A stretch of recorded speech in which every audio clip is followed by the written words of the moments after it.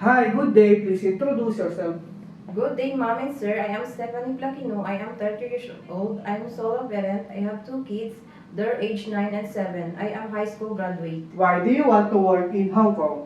Because I want to earn money for my family and especially for my kids for their future. Do you have working experience abroad as a domestic helper? I was working before in Bahrain 3 years and 10 months. What are your duties and responsibilities to your employer? My duties responsibilities is cleaning, ironing, washing clothes, and washing dishes.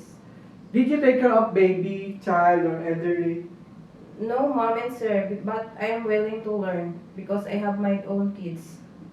Can you tell us how can you take care of them? Feeding, bathing, and everything they need.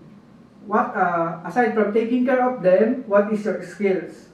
I know how to make Filipino food, and I'm willing to learn how to make Chinese food.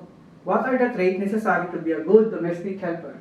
As a domestic, it's necessary to be a loyal, honest, uh, flexible, and hardworking person. Lastly, anything else you want to tell to your future employer? Hello, Mom and Sirs. Please choose me and or select me as your domestic helper. Thank you. Hope to see you in Hong Kong.